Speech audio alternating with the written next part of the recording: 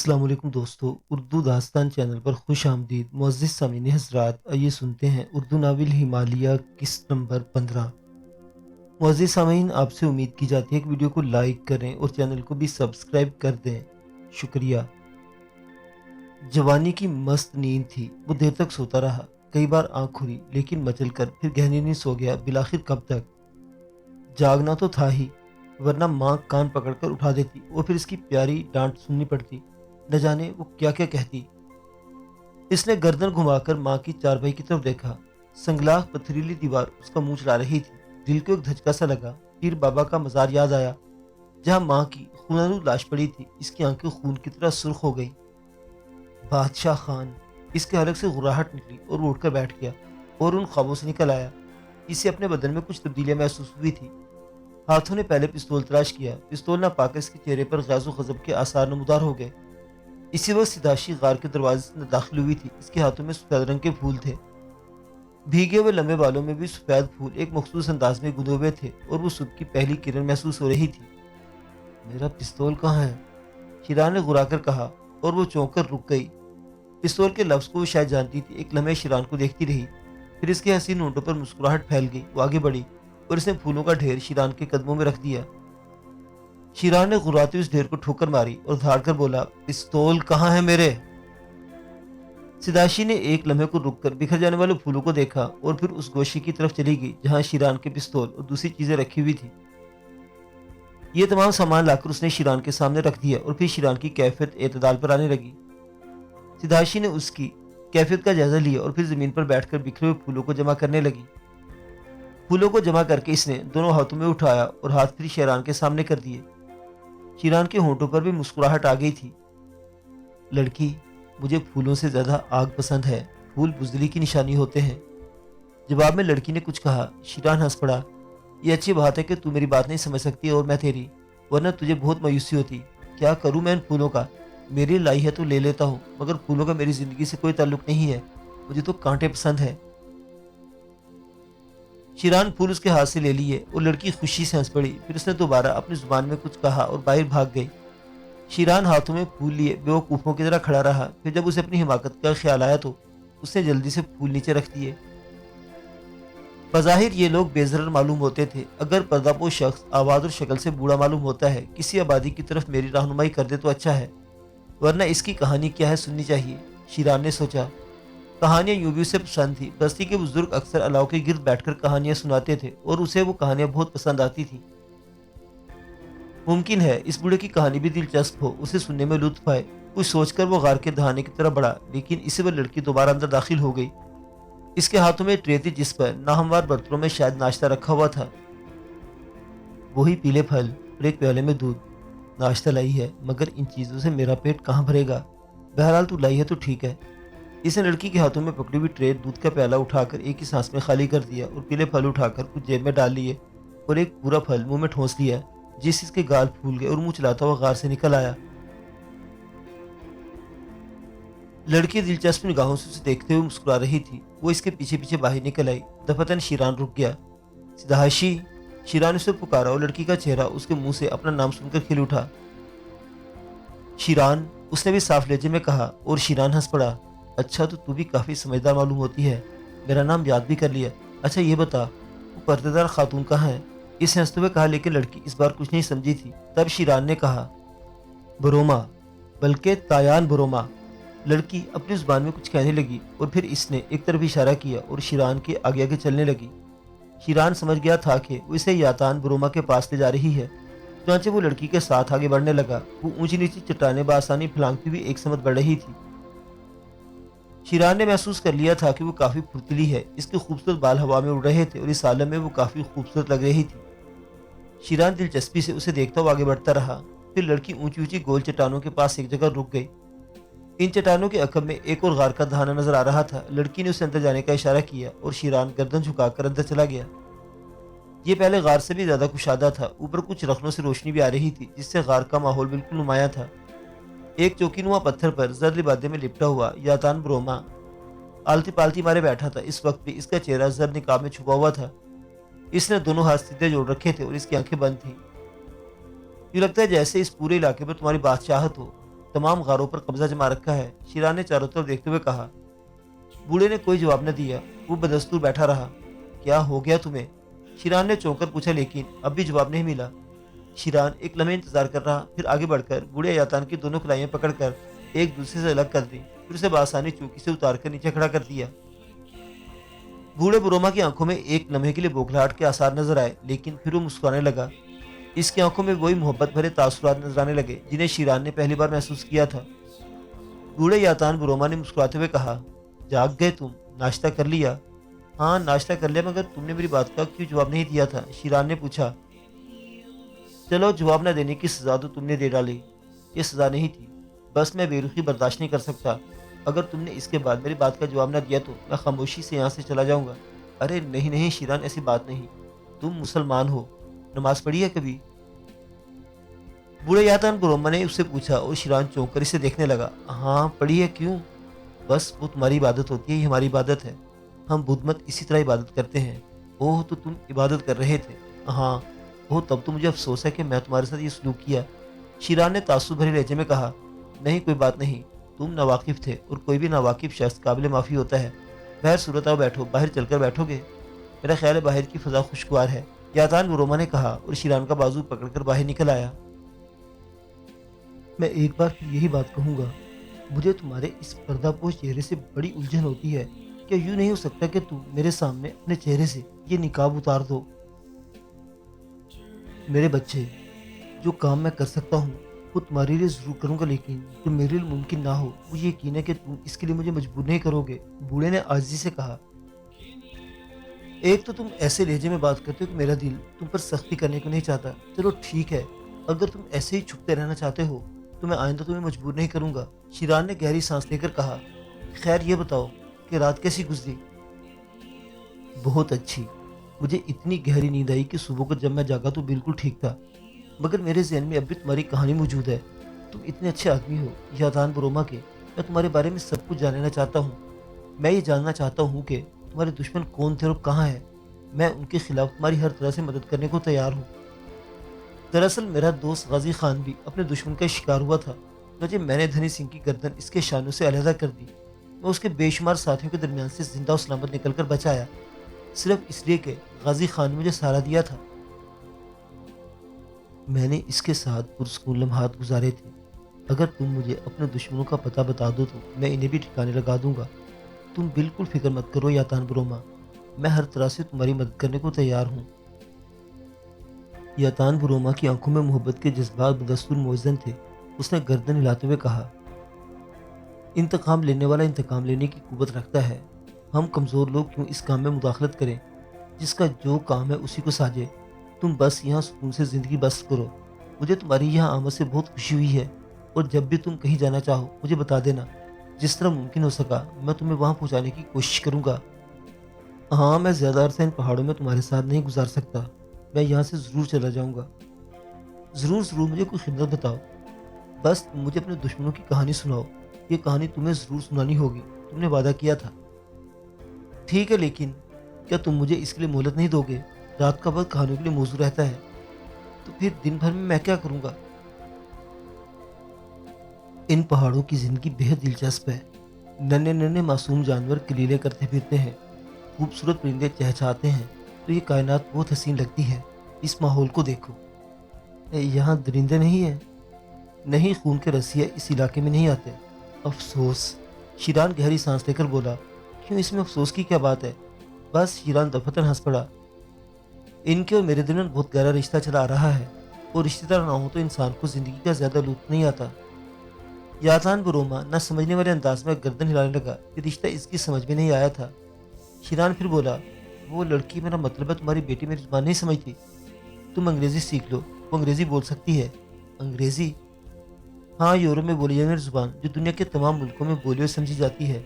ओह, फरंगियों की जुबान। हाँ, हमारी जुबान बहुत मुश्किल है, वरना मैं तुम्हें वो भी सिखा देता। तब मुझे फरंगियों की जुबान सिखा दो। जदीद दुनिया पहाड़ों की जुबान से नावाकिफ है, मुझे बहुत दिक्कत होती है। सिदाशी तुम्हारी रहनुमाई करेगी, मैं ये जिम्मेदारी उसे सौंप दूंगा। बूढ़े यातान बुरोमा ने कहा, और शिरान ने गर्दन हिला दी। फिर यातान बुरोमा इससे दूसरी बातें करता रहा, और सिदाशी दूर से नजर आई तो उसने इशारे से बुलाया। وہ پھر شاید شیران کے بارے میں گفتگو کرنے لگا۔ سداشی نے مسکراتے اپنے مخصوص رکوع کے انداز میں گردن جھکا دی۔ پھر وہ چلی گئی تو شیران نے پوچھا، وہ نظر نہیں آیا اس دوران؟ شاید وہ میری آمد کو پسند نہیں کرتا۔ گوشان کی بات کر رہے ہو؟ ہاں، وہ الگ تھلگ رہنے کا عادی ہے۔ وہ جو چٹان نظر آ رہی ہے اس کی دوسری طرف اس کا غار ہے۔ وہ بیچارہ کم نصیبی کا شکار ہو گیا ہے۔ وہ بول نہیں سکتا۔ بول نہیں سکتا کیوں؟ اسے گویائی سے محروم کر دیا گیا ہے۔ اس کی زبان کاٹ لی گئی ہے۔ زبان؟ شیران بدستور تعجب سے بولا، کس نے کاٹی ہے اس کی زبان؟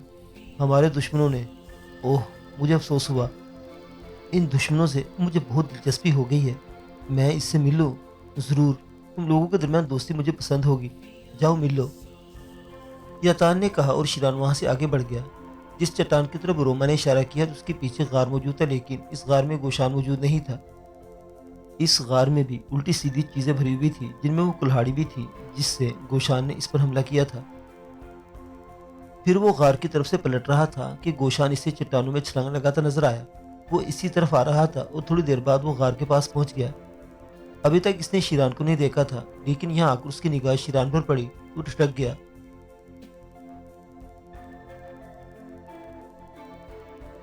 دن کی روشنی میں شیران نے اسے دیکھا۔ وہ ایک بدصورت نوجوان تھا جس کے چہرے کی ساری کھال جھلسی ہوئی تھی، اور شاید آگ ہی سے اس کے خد و خال بگڑ گئے تھے۔ بس آنکھیں سلامت تھیں جو کافی خوبصورت تھیں۔ بدن خوب چوڑا چکلا تھا، لیکن فنون جنگ میں اسے زیادہ مہارت نہیں معلوم ہوتی تھی۔ شیران کے ہونٹوں پر مسکراہٹ پھیل گئی۔ ہر چند کہ ہمارا تعارف زیادہ خوشگوار نہیں تھا، لیکن تمہارے بارے میں معلوم کر کے مجھے افسوس ہوا ہے اور تم سے ہمدردی ہو گئی ہے۔ میں تمہارے دشمنوں کے خلاف تمہاری مدد کو تیار ہوں۔ گوشان خاموشی سے اسے دیکھتا رہا، پھر گردن جھٹک کر ایک طرف چل پڑا، گویا اس نے شیران کی دوستی قبول نہیں کی تھی۔ تمہاری مرضی؟ شیران نے دونوں شانے ہلائے اور وہاں سے پلٹ پڑا۔ جیب سے ایک پھل نکالا اور دانتوں سے کترتا ہوا دریا کی طرف چل پڑا، جو یہاں سے زیادہ دور تو تھا، لیکن اتنا بھی نہیں کہ وہاں تک آنے جانے میں زیادہ مشکلات پیش آتی۔ تھوڑی دیر کے بعد وہ دریا کے کنارے پہنچ گیا۔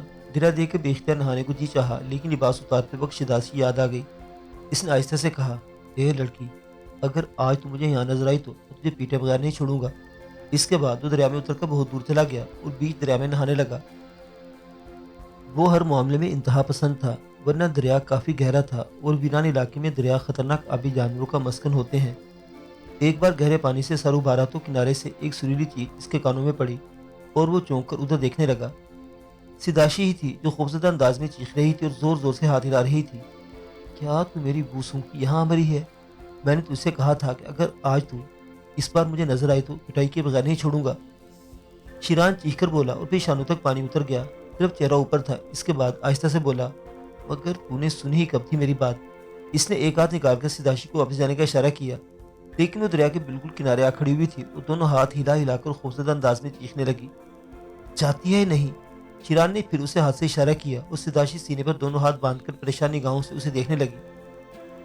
اس کے حیرت انگیز طور پر لمبے بال فضا میں اڑ رہے تھے، چہرہ خوف کی تصویر بنا ہوا تھا۔ نہ جانے کیوں شیران کو یہ تصویر پسند آئی اور وہ ایک لمحے کے اسے دیکھتا رہ گیا، پھر سے گردن جھٹکی اور غراب سے پانی میں گھس گیا۔ اب وہ پریشان تھا۔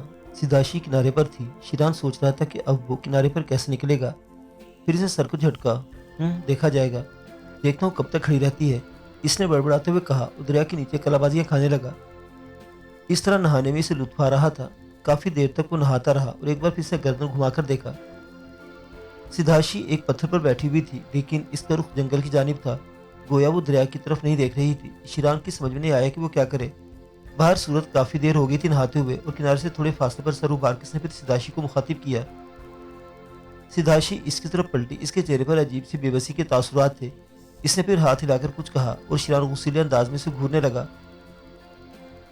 سداشی چند ساعت اسے دیکھتی رہی اور پھر آگے بڑھ کر ایک درخت کے نزدیک جا کھڑی ہوئی۔ اس نے درخت کے تنے کی جانب رخ کر لیا تھا، گویا کہنا چاہتی تھی کہ اب شیران لباس بدل سکتا ہے۔ شیران کے لیے اب اس کے سوا کچھ چارہ نہیں تھا کہ وہ اس کی بات مان لے اور لباس تبدیل کر لے۔ بڑے محتاط انداز میں باہر نکلا اور لباس تبدیل کرنے لگا۔ لباس تبدیل کرنے کے بعد اس نے گھرائی ہوئی آواز میں کہا، تیرا یہاں آنا بہت ضروری تھا کیا؟ سداشی رخ بدلے بدلے اپنی جگہ سے ہٹائی۔ بس بس، اب ادھر رخ کر لے، میں نے لباس تبدیل کر لیا ہے۔ شیران بولا، لیکن سداشی نے رخ تبدیل نہیں کیا۔ تب وہ خود اس کے پاس پہنچ گیا اور اس نے سداشی کے دونوں شانے پکڑ کر اسے زور سے جھٹکا دیا۔ سداشی اس کے سینے سے آ لگی تھی۔ اس کا بدن شیران کے بدن سے مس ہو گیا۔ اس نے شاید گرنے سے بچنے کے لیے شیران کے لباس کا سہارا لیا تھا۔ شیران مسکراتی نگاہوں سے اسے دیکھنے لگا تھا۔ میں نے سوچا تھا کہ اگر تو یہاں آئی تو میں تیری پٹائی کر دوں گا، کیوں آئی ہے تو یہاں؟ اسے سوال کیا، پھر خود ہی اپنے ہاتھ پر ہاتھ مار کر بولا، مصیبت تو یہ کہ تو میری زبان نہیں سمجھ سکتی، اب تو اس بات سے مجھے الجھن ہونے لگی ہے۔ سدھاشی نے نگاہیں اٹھا کر اسے دیکھا۔ ان نگاہوں میں عجیب سی کیفیت تھی۔ حسین سفید آنکھوں کا رنگ گلابی گلابی سا ہو رہا تھا اور چہرے پر سرخی سی پھیل گئی تھی۔ وہ بھوجل سے انداز میں پیچھے ہٹی اور پھر اس نے گردن جھکا لی۔ اس کا بدن ہولی ہولے کانپ رہا تھا۔ ارے کیا ہو گیا تجھے؟ سردی لگ رہی ہے کیا؟ شیران نے پوچھا، اور اس بار اس نے نگاہیں اٹھا کر شیران کو دیکھا، پھر شیران کا بازو پکڑ کر اس پتھر کی جانب بڑھ گئی جہاں تھوڑی دیر پہلے وہ بیٹھی ہوئی تھی۔ شیران کو پتھر پر بٹھا کر وہ خود اس کے سامنے بیٹھ کے پھر اس نے انگلی کے اشارے سے کچھ کہا جسے شیران نہ سمجھ پایا۔ تب سداشی نے زبان نکال دی اور پھر شیران کے منہ کی طرف اشارہ کر دیا۔ کیا بکواس کر رہی ہے؟ میری سمجھ میں تو کچھ نہیں آیا۔ پھر وہ سینے پر انگلی رکھ کر بولی، سداشی۔ پھر شیران کے سینے پر انگلی رکھ کر کہنے لگی، شیران۔ ہاں ہاں میں سمجھتا ہوں، شیران نے کہا اور سداشی نے اس کا ہاتھ پکڑ لیا۔ ہینڈ۔ وہ ہاتھ پر انگلی رکھ کر بولے اور شیران کی سمجھ میں اب ساری بات آ گئی۔ وہ اسے فرنگیوں کی زبان سکھا رہی تھی۔ شیران اس کی باتوں میں دلچسپی لینے لگا۔ سداشی نے اسے انگریزی میں بدن کے اعضاء کے مختلف نام بتائے اور شیران انہیں ذہن نشین کرنے لگا۔ پھر سداشی اسے دوسرے الفاظ سکھانے لگی اور شیران ان کے تلفظ سیکھنے لگا۔ بہت دیر گزر گئی تھی۔ دھوپ نہیں نکلی تھی کیونکہ آسمان پر بادل چھائے ہوئے تھے، لیکن وقت کے گزرنے کا احساس اسے اپنے پیٹ کی حالت سے ہوا تھا۔ صبح کا ناشتہ بھی بس یوں ہی رہا تھا اور اب دوپہر کا وقت ہو گیا تھا۔ دفتن اس کا ہاتھ اپنے پستول پر پہنچ گیا۔ اس نے سداشی کے شانے پر ہاتھ رکھ اسے وہیں رکنے کا اشارہ کیا اور ادھر ادھر نگاہیں دوڑانے لگا۔ قرب و جوار میں اتفاق سے کوئی جانور نظر نہیں آیا۔ تب اس نے سداشی کا بازو پکڑا اور دریا کے کنارے کنارے آگے کی جانب بڑھنے لگا۔ سداشی کچھ نہ سمجھنے والے انداز میں اس کے ساتھ ساتھ چل رہی تھی اور تھوڑی دور چلنے کے بعد شیران کو اپنی پسندیدہ چیز نظر آ گئی۔ یہ ایک ہرن تھا جو بڑے اطمینان سے گھاس چرتا ہوا آگے بڑھ رہا تھا۔ شیران نے بڑے اطمینان سے اس کا نشانہ لیا اور دھائیں کی آواز کے ساتھ ہی ہرن زمین پر گر پڑا۔ تڑپتے ہوئے ہرن نے دو تین کلابازیاں کھائیں اور سداشی کے چہرے پر عجیب سے تاثرات پھیل گئے۔ اس نے ہراساں نگاہوں سے شیران کو دیکھا، لیکن شیران اس کا شانہ تھپک دیا اور تیزی سے آگے بڑھ گیا۔ چند ہی ساعت کے بعد وہ ہرن کی کھال اپنے شکاری چاقو سے ادھیڑ رہا تھا اور سداشی عجیب سی نگاہوں سے اسے دیکھ رہی تھی۔ چند ساعت کے بعد اس نے سداشی کو لکڑیاں جمع کرنے کے لیے کہا اور سداشی نے لکڑیاں جمع کرنے کے بعد انہیں مخصوص انداز میں ایک جگہ چن دیا۔ پتھروں کو رگڑ کر چمکاک کے ذریعے آگ جلائی گئی اور تھوڑی دیر کے بعد شیران لکڑی کی ایک ٹکٹکی پر ہرن بھون رہا تھا اور سداشی عجیب سی نگاہوں سے یہ ساری کاروائی دیکھ رہی تھی۔ خوف اور کراہیت کا جو احساس تھوڑی دیر قبل اس کی آنکھوں میں تھا اب دور ہو چکا تھا۔ شیران کافی محنت سے ہرن بھون رہا تھا اور جب ہرن بھون گیا تو اس نے اس کا بازو کو ایک ٹکڑا کاٹا اور اسے دانتوں سے ادھیڑنے لگا۔ سداشی کے چہرے پر پھر کراہیت کے آثار پیدا ہو گئے تھے۔ دفتن شیران کو نہ جانے کیا خیال آئے، اس نے گوشت کا ایک ٹکڑا کاٹا اور اسے لے کر سداشی کے پاس پہنچ گیا۔ وہ ایک قدم پیچھے ہٹ گئی۔ کھا لے، ساری زندگی اس سے لذیذ چیز نہ کھائی ہوگی، شیران نے کہا اور سداشی نے گوشت کا وہ ٹکڑا اپنے ہاتھوں میں لے لیا۔ پھر اس نے آہستہ آہستہ اسے منہ کے قریب لے جا کر اس میں اپنے دانت گاڑے اور ٹکڑے کا ایک حصہ توڑ کر اسے چبانے لگی۔ پھر وہ اطمینان سے سارا ٹکڑا چٹ کر گئی۔ شیران دلچسپ نگاہوں سے اسے دیکھ رہا تھا۔ تب اس نے کہا، پسند آیا نا؟ انسان اصلی طور پر گوشت خور ہے، لے اور لے۔ اس کے بعد یہی ہوگا کہ ہم اور تم یہاں شکار کر کے ہرن کا گوشت کھایا کریں گے۔ پھر وہ دلی دل میں ہنسنے لگا، یادان بروما، تیری لڑکی تو میرے رنگ میں رنگ گئی، ہمارا سارا ڈھونگ میں نے ختم کر دیا۔ اس نے ہنستے ہوئے کہا۔ دفتن دور سے پتھر لڑکنے کی آواز سنائی دی اور وہ دونوں چونک کر ادھر دیکھنے لگے۔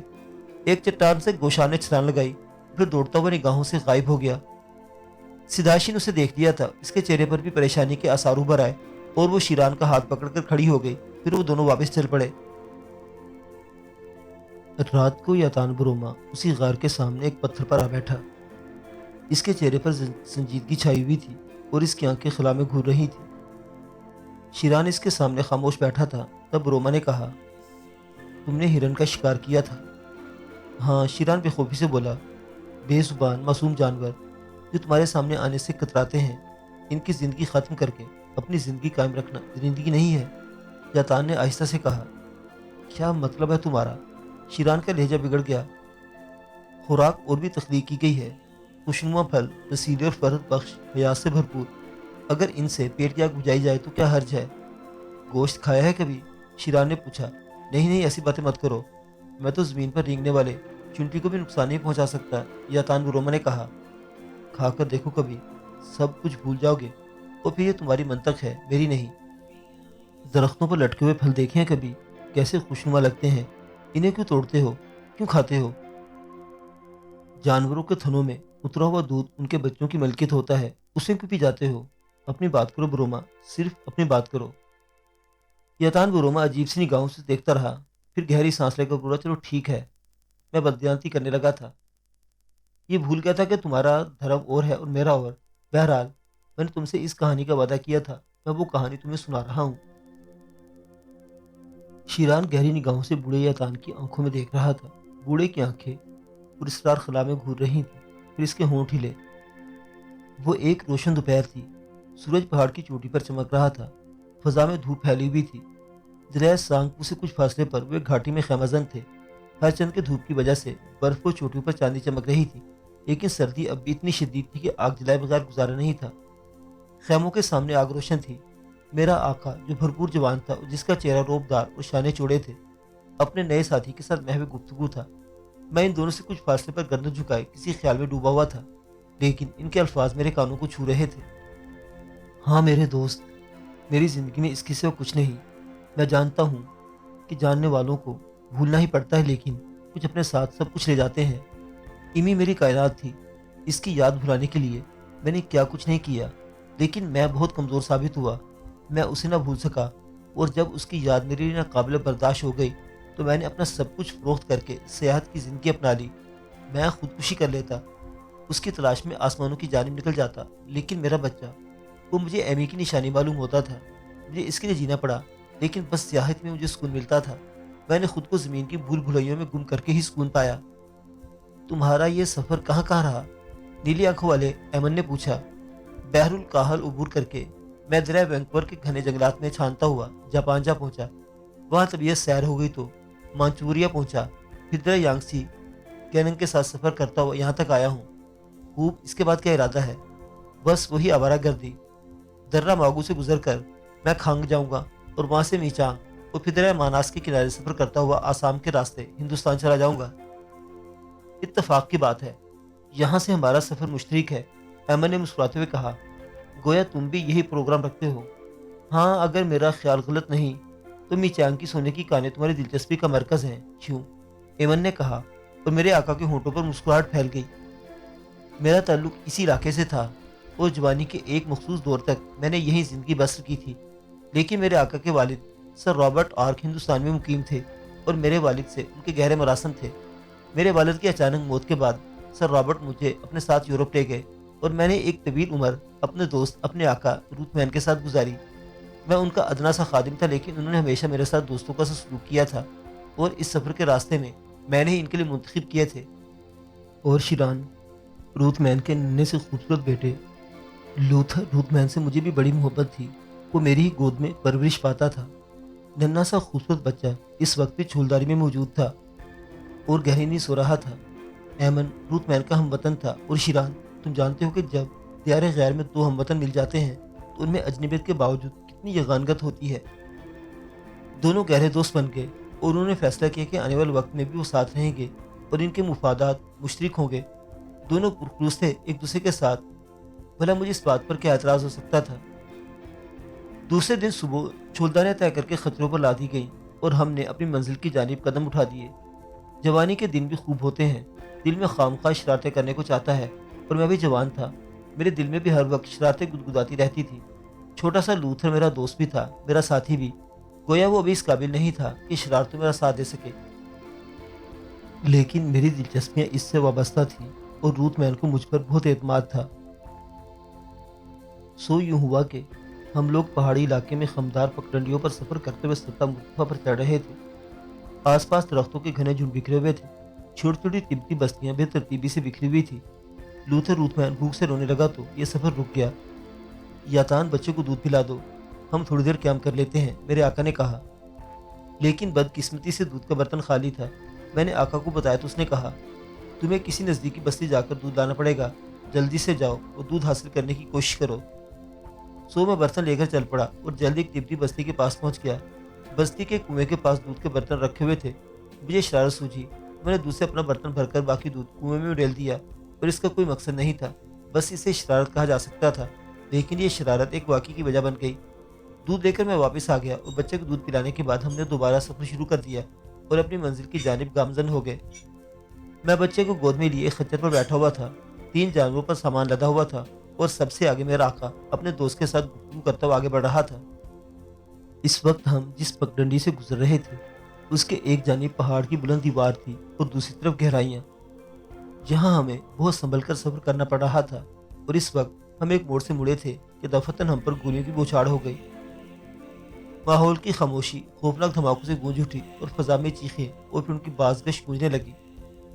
सामान से लदे जानवर बिदक गए। गोलियों की दूसरी बार चली तो मैंने अपने मालिक के सीने से खून उबलते देखा। एक गोली मेरे खच्चर को लगी और वो सर के बल कलाबाजी खा गया। लूथर मेरे हाथ से छूट गया और मेरे सर से खून बहने लगा। एमन ने लूथर को जमीन पर गिरते देखा तो वो खच्चर से कूद कर उतरा और लूथर को दबोच कर ढलवानों में दौड़ता चला गया। मुझे यकीन था कि वो खुद को न संभाल सकेगा, लेकिन मैं खुद भी इसकी मदद करने से कासिर था। मैंने जहन में डराने वाली तारीखों का मुकाबला करते हुए सर उठाकर उन वैश्यों को देखा। ये तिब्बत के कबायली लुटेरे थे। मेरे हवास जवाब दे गए और बेहोशी ने मुझ पर गलबा पा लिया। एमन की खुशकिस्मती थी कि घने दरख्तों ने उसे उस पताल में कलाबाजी खाने से बचा लिया। वो दरख्तों के झुंड में दम साधे खड़ा था। चंद लम्हों के लिए लूथर को भूल चुका था, जिसकी बाहों की सख्त गिरफ्त में कसमसा रहा था। दफातर लूथर सख्त गिरफ्त के बायस रोने लगा तो वो वहां से भी हट गया कि कहीं लुटेरे बच्चे की आवाज से इसकी तरफ मुतवज्जो न हो जाए।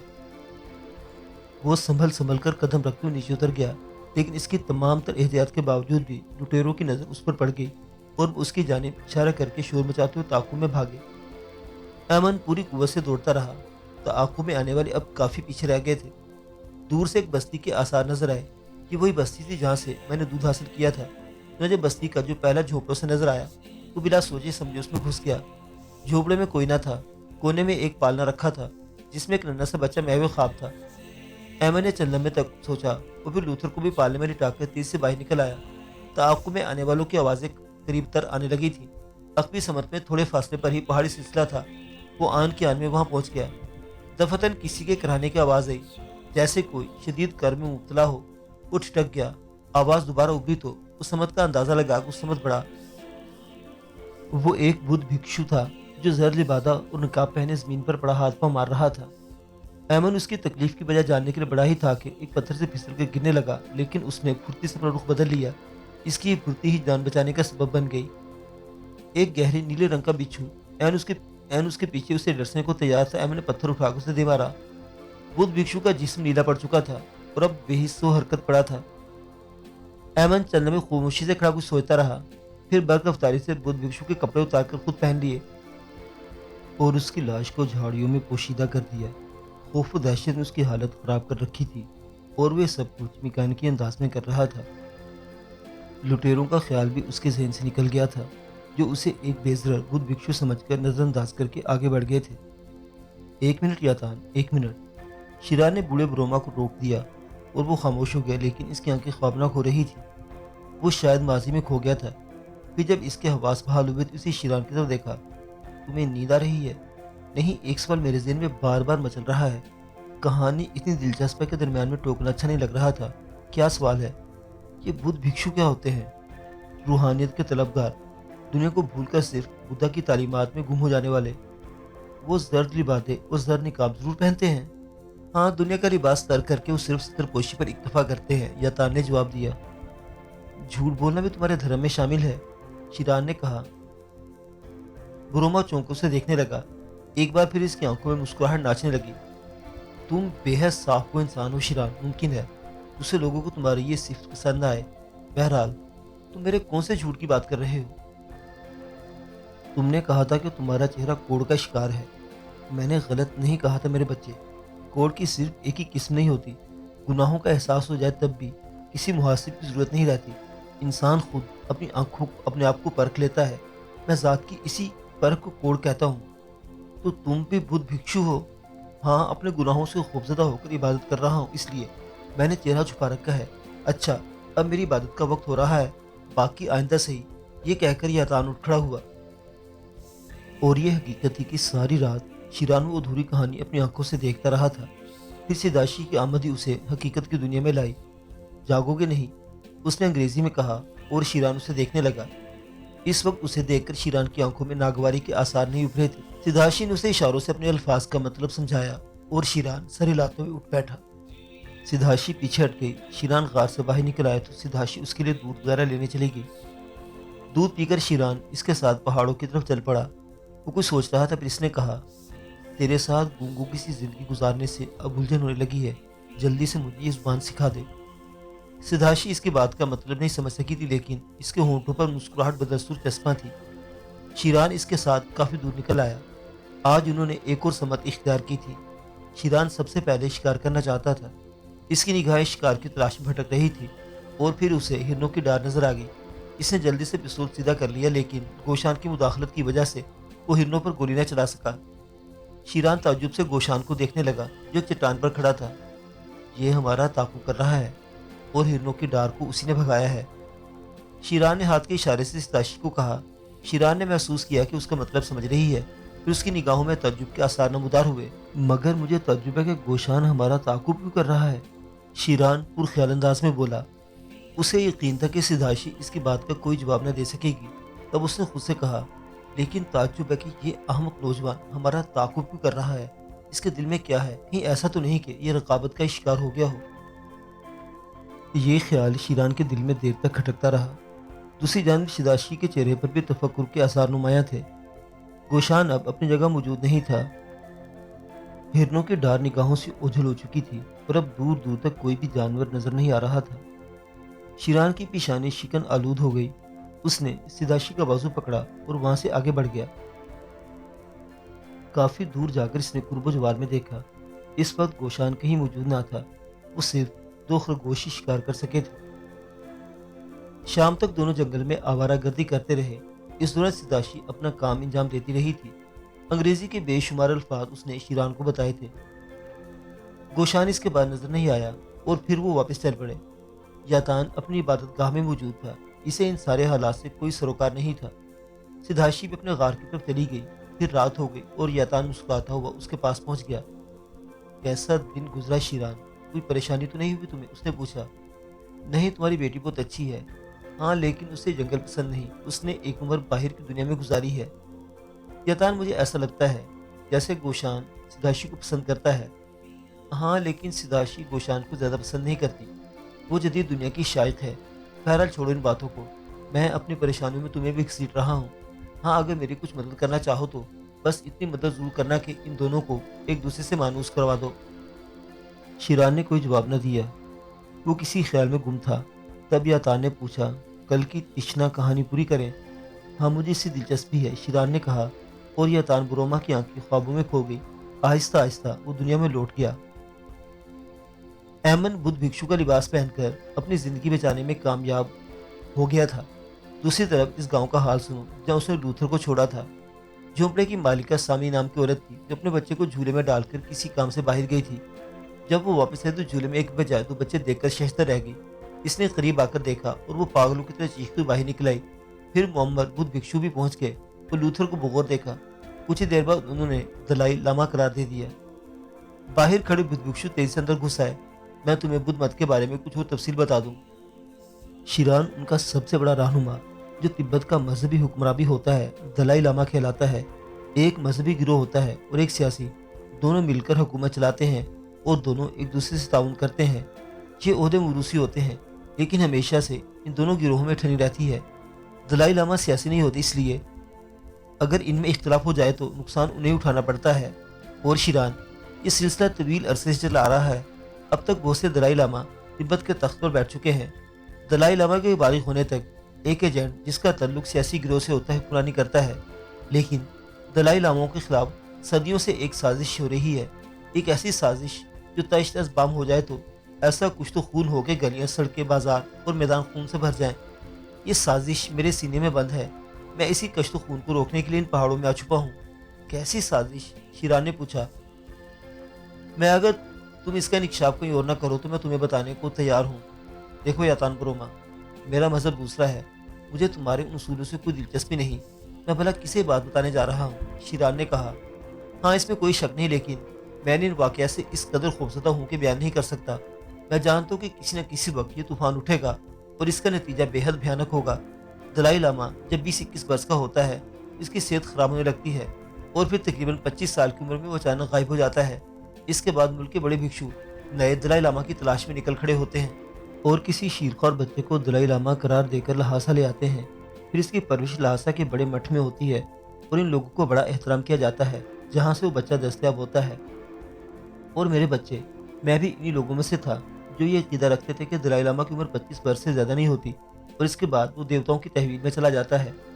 लेकिन गुजरे हुए वक्त ने इस कहानी में एक अनोखी तारीफ कर दी, लेकिन अभी ये तारीफ सिर्फ मेरे सीने में महफूज है और दूसरे से नावाकिफ हैं। एमन भी बआसानी राहबाओं के इस जुलूस में शामिल हो गया जो लहासा की जानिब जा रहा था। न जाने क्यों उसे अपने दोस्त से अकीदत हो गई थी जो मारा गया था और इसने तहैया कर लिया था कि वो लूथर से दूर नहीं रहेगा और इसकी निगहदाश्त करेगा। चुनांचे वो नए दलाई लामा के जुलूस के साथ लहासा चल पड़ा। बेशुमार राहिब और भिक्षु इस जुलूस में शरीक होते जा रहे थे। इस तरह जुलूस लहासा के पुनाला मठ में दाखिल होकर सुर्ख महल पहुंच गया।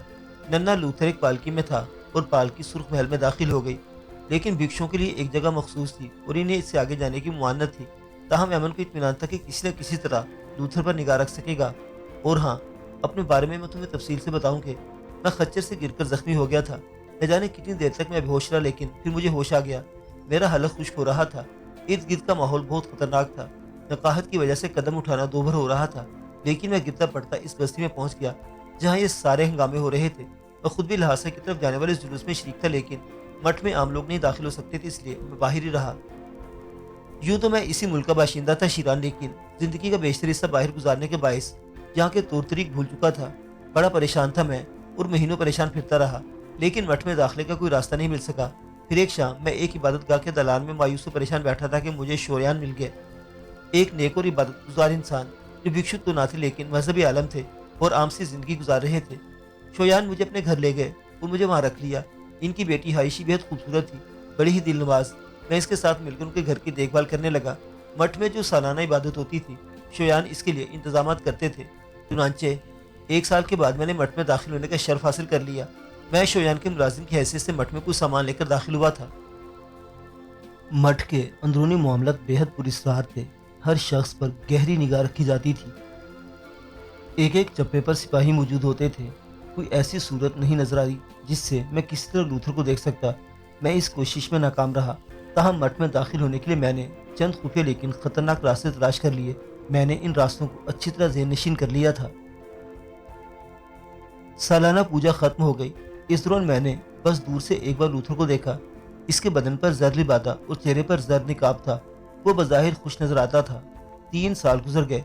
मैंने बारहा कोशिश की कि इन खुफिया रास्तों से अंदर दाखिल हो जाऊं, लेकिन नाकाम रहा। वहाँ इंतहाई सख्त पैरा होता था और सिपाही एक लम्हे के लिए गाफिल नहीं होते थे। अलबत्ता साल के साल मुझे अंदर दाखिल होने का मौका जरूर मिल जाता। चौथे साल मैं एक दिन अचानक शुयान के दिल में दर्द उठा और उसकी हालत बिगड़ गई। उसने मुझे तलब किया और मायूस निगाहों से मुझे देखता हुआ बोला, यातान, अब मैं जी ना सकूंगा। मेरी जिंदगी में कोई परेशानी नहीं सिवाय हायशी के। क्या तुम मेरी परेशानी दूर कर सकते हो? वो किस तरह? मैंने सवाल किया। इससे अपनी शरीक हयात बनाकर। शिरान, इंसान बेहद खुदगर्ज होता है। शोयान ने मुझे सहारा दिया था, सब कुछ किया था। उसने मेरे लिए मुझे पुरस्कार अबूम से रोशनास करवाया था, इबादत सिखाई थी, मुझे इज्जत और मर्तबा दिया था। चुनांचे मैंने शोयान के सामने गर्दन झुका दी और हाइशी को मेरे हवाले कर दिया गया। इसके बाद इसके फ़राइज़ मुझे संभालने पड़े और मैंने नहायत खुशी से ये फ़राइज़ संभाल लिए। सालाना जश्न के मौका पर मैंने नहायत सरगर्मी से वो सारे इंतजाम किए जो हमेशा होते थे, बल्कि पहले से ज़्यादा खुशखुशी से किए, जिससे मुंतज़मीन बहुत खुश हुए। मुझे कुछ खुसूसी मराज से नवाजा गया और शिरान, जश्न की रात मेरी मुलाकात एमन से हो गई। जश्न जारी था। मैं सुर्ख महल तक रसाई हासिल कर चुका था। अब इसकी गुलाम गर्दिशों में चकरा रहा था कि मैंने एक राहिब को देखा। वो एक सुकून के सहारे खामोश खड़ा मुझे देख रहा था। मैं खौफजदा हो गया। मुझे ख्याल गुजरा कि शायद उसे मुझ पर कोई शुबा हो गया है। मैंने वहाँ से आगे बढ़ जाने की कोशिश की तो इसने हाथ के इशारे से मुझे रोका और आहिस्ता आहिस्ता चलता हुआ मेरे पास आ गया। फिर उसकी आवाज़ उभरी, यामान बरोता। जिस अंदाज में मुझे पुकारा गया था और जिस लहजे में पुकारा गया था, उसे सुनकर मैं दंग रह गया। कौन हो तुम? एमन, जवाब मिला। ओ मेरे बच्चे, मेरे ज़हन के सारे दरीचे खुल गए। ये मेरे आका का दोस्त था और मुझे इसका नाम बखूबी याद था। मैं हैरत से उछल पड़ा। मिस्टर एमन, आप? मैंने अंग्रेजी में कहा। हाँ यातान, ये मैं हूँ। इसने जवाब दिया। اور میں نے آگے بڑھ کر فرتے مسرت سے اس کا ہاتھ پکڑ لیا۔ میرے ساتھ آؤ یاتان، ہمارے پاس وقت ہے۔ ضرور مسٹر ایمن، میں نے جواب دیا، اور ایمن مجھے ساتھ لے کر اس طرف چل پڑا جہاں اس کا ٹھکانہ تھا۔ ایک چھوٹی سی کوٹھلی میں پہنچ کر اس نے دروازہ بند کر لیا اور اپنے چہرے کا زرد نقاب اتار دیا۔ وہ بہت کمزور اور لاغر نظر آ رہا تھا۔ تم یہاں کب پہنچے یاتان؟ بہت عرصے سے ہوں، اس وقت جب تک لوتھر کو یہاں لایا گیا تھا، میں نے جواب دیا۔ میں بھی اسی وقت سے ہوں، مگر اس لباس میں آقا؟ ہاں، اسی روپ میں گونگا راہب ہوں۔ اوہ، مگر آپ یہاں کیسے آ گئے؟ لوتھر کی خاطر؟ تو آپ کو بھی لوتھر سے پیار ہے؟ یہ سوال بہت عجیب ہے یاتان۔ یوں سمجھو میں نے اپنی زندگی میں زندگی اس کے لیے وقف کر دی ہے۔ میں اس کے بارے میں تمہارے جذبات نہیں سمجھتا یاتان، لیکن مجھے یہ معلوم ہے کہ تم نے اس کی پرورش کی ہے۔ تم بھی یہی ضرور اسے چاہتے ہوگے، یا اس کی زندگی خطرے میں ہے؟ لوتھر کی زندگی؟ میں نے تعجب سے پوچھا۔ مجھے مختصراً بتاؤ میرے دوست، میرے آقا، ہمارے پاس ساری رات پڑی ہوئی ہے، میں نے کہا۔ تم میری سے دیکھ رہے ہو؟ جانتے ہو میرا یہ حال کیوں ہوا؟ میں اپنے ہاتھوں سے زہر کھا رہا ہوں۔ زہر؟ مگر کیوں؟ لوتھر کی خاطر؟ کیا کہہ رہے ہو آقا؟ یقین کرو، میری بات سمجھ میں کوئی نہیں آئی۔ میں نے شدید حیرت سے کہا۔ میں نے یہاں بہت کچھ دیکھا ہے یاتان، بڑی پراسرار کہانیاں وابستہ ہیں اس عمارت سے۔ یہ کہانیاں صدیوں سے جوں کی تو چلی آ رہی ہیں اور یہاں کی روایت بن گئی ہیں۔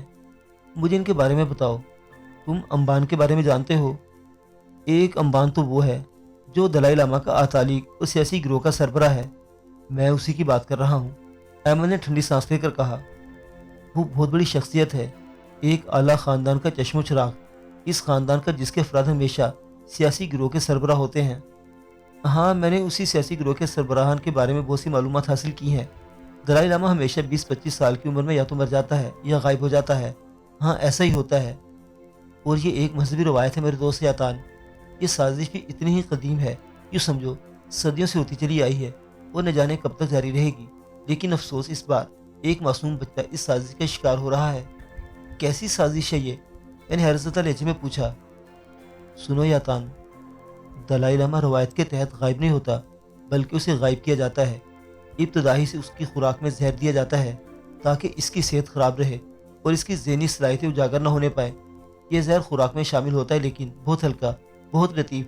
نتیجتاً یا تو دلائی لاما کی موت واقع ہو جاتی ہے یا پھر وہ ذہنی طور پر معاف ہو جاتا ہے، اور اس کے بعد اسے غائب کر کے نئے دلائی لاما کو تلاش شروع کر دی جاتی ہے۔ مگر ایسا کیوں کیا جاتا ہے؟ تاکہ سیاسی گروہ کا اقتدار برقرار رہے اور دلائی لاما کی حکومت قائم نہ ہو سکے۔ میری حیرت کی انتہا نہ رہی تھی، میرے تمام عقائد راکھ ہو گئے تھے۔ بڑی مشکل سے میں نے خود کو سنبھالا اور بولا، لیکن تمہیں یہ سب کچھ کیسے معلوم ہوا؟ اس طرح کہ میں اب امبان کے خاص لوگوں میں سے ہوں اور لوتھر کو خوراک میرے ذریعے جاتی ہے، وہ میری نگرانی میں کھانا کھاتا ہے اور میں خود اس خوراک میں زہر ملاتا ہوں۔ تم خود؟ ہاں، لیکن لوتھر کی زندگی بچانے کے لیے میں خود کو ہلاک کر رہا ہوں۔ وہ زہریلی خوراک میں خود کھاتا ہوں۔ خوراک کی مقدار زیادہ ہوتی ہے، میں ایسی خوراک بھی ساتھ لے جاتا ہوں جو زہریلی نہیں ہوتی۔ دوسرے راہب باہر رک جاتے ہیں۔ صاف خوراک میں لوتھر کو کھلا دیتا ہوں اور زہریلی خوراک۔ ایمن ٹھنڈی سانس لے کر خاموش ہو گیا۔ میری آنکھیں بھیگ گئی۔ قربانی اور اثار کی اس اعلیٰ مثال ملنا ناممکن تھا۔ میں بے حد متاثر ہوا تھا۔ اس طرح امبان اپنا اقتدار برقرار رکھتا ہے۔ اس کی سازش کا جال مٹ کی عمارت کے کونے کونے میں پھیلا ہوا ہے۔ میں نے بڑی مشکل اور محنت سے اعتماد حاصل کیا ہے، لیکن اگر میں بھی چاہوں تو اس محل سے نکلنا ناممکن ہے۔ امبان کے آدمی یہاں اڑنے والے پرندوں کی بھی نگرانی کرتے ہیں۔ اب بتاؤ یاتان، ہم لوتھر کو کیسے بچائیں؟ میں تمہارا غلام ہوں ایمن، مجھے حکم دو۔ مجھے سال میں ایک بار یہاں آنے کی اجازت ملتی ہے، اور میں نے اتنا ہی کہا تھا کہ باہر سے کچھ آوازیں سنائی دی اور ایمن کا چہرہ زرد ہو گیا۔ مجھے کچھ شبہ ہو گیا ہے، وہ سر گوشانہ انداز میں بولا۔ اب کیا کروں؟ کہیں کھیل ختم نہ ہو جائے۔ کیا تم اس کھڑکی کے راستے باہر جا سکتے ہو؟ وہاں سے تم چھت پر پہنچ جاؤ گے اور پھر چھت سے نیچے اتر جانا۔ صورتحال اس قدر خوفناک ہو گئی تھی کہ اب سوچنے کا وقت نہیں رہا تھا۔ چنانچہ میں کھڑکی کی طرف لپکا اور پھر اس کھڑکی سے باہر نکلنے میں مجھے بہت دقت پیش آئی، لیکن بہر تو میں کسی نہ کسی طرح اس کوشش میں کامیاب ہو گیا اور اس کمرے کی چھت پر پہنچ گیا۔ چھت کے کنارے پہنچ کر میں نے احتیاط سے نیچے جھانکا۔ ایک تبتی سپاہی دروازے پر کھڑا ہوا تھا۔ اس کے قرب و جوار میں اور کوئی نہیں تھا، اس لیے میں انتظار کرنے لگا۔ جب ایمن کو میرے پوشیدہ ہو جانے کا یقین ہو گیا تو اس نے دروازہ کھول دیا اور سپاہی اندر داخل ہو گیا۔ اس کے اندر داخل ہوتے ہی میں موقع پا کر نیچے کود گیا۔ پھر تیز رفتاری سے چل پڑا اور اس جگہ پہنچ گیا جہاں مجھے ہونا چاہیے تھا، لیکن میرے دل و دماغ پر بہت بوجھ آ پڑا تھا۔ ایمن کی عظمت کا مجھے احساس تھا، حالانکہ اس کا لوتھر سے کوئی تعلق نہیں تھا، لیکن لوتھر کے لیے جان کی بازی لگا چکا تھا۔ مختصر یہ شیران کہ میں اپنی سی کوشش میں لگا رہا، لیکن سرخ محل میں رسائی ناممکن تھی۔ دوسرے سال ہی اس کا موقع مل سکا اور میں نے سخت کوشش کر کے ایمن کو تلاش کر لیا۔ اس کی صحت کافی گر گئی تھی، وہ بولتے ہوئے کانپنے لگتا تھا۔ اس نے بتایا کہ حالات جوں کہ توں ہیں اور اس میں کوئی تبدیلی نہیں ہوئی۔ میں نے کئی بار لوتھر کے ساتھ فرار ہونے کی کوشش کی ہے، لیکن کامیابی نہیں ہوئی۔ اب پھر کیا ارادہ ہے مسٹر ایمن؟ میں نے سوال کیا۔ کچھ نہیں، اس وقت تک تگ و دو کرتا رہوں گا جب تک جان ہے۔ موت آ جائے تو دوسری بات ہے۔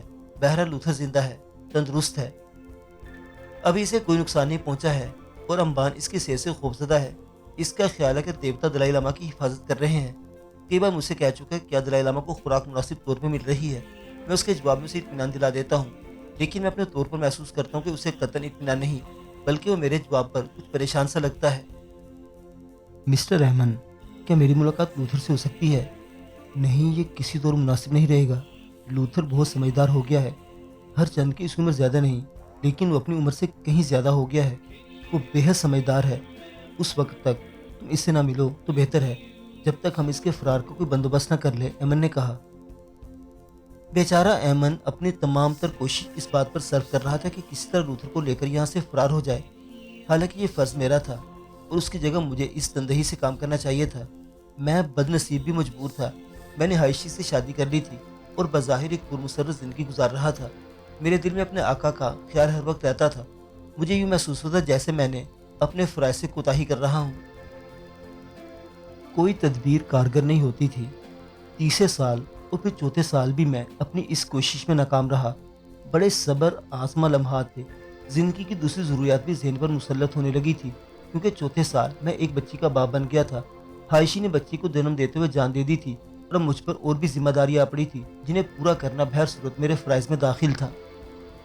معزز سامعین حضرات، یہ داستان ابھی جاری ہے، بقیہ واقعات اگلی قسط میں۔ دیکھتے رہیے اردو داستان۔ اللہ حافظ۔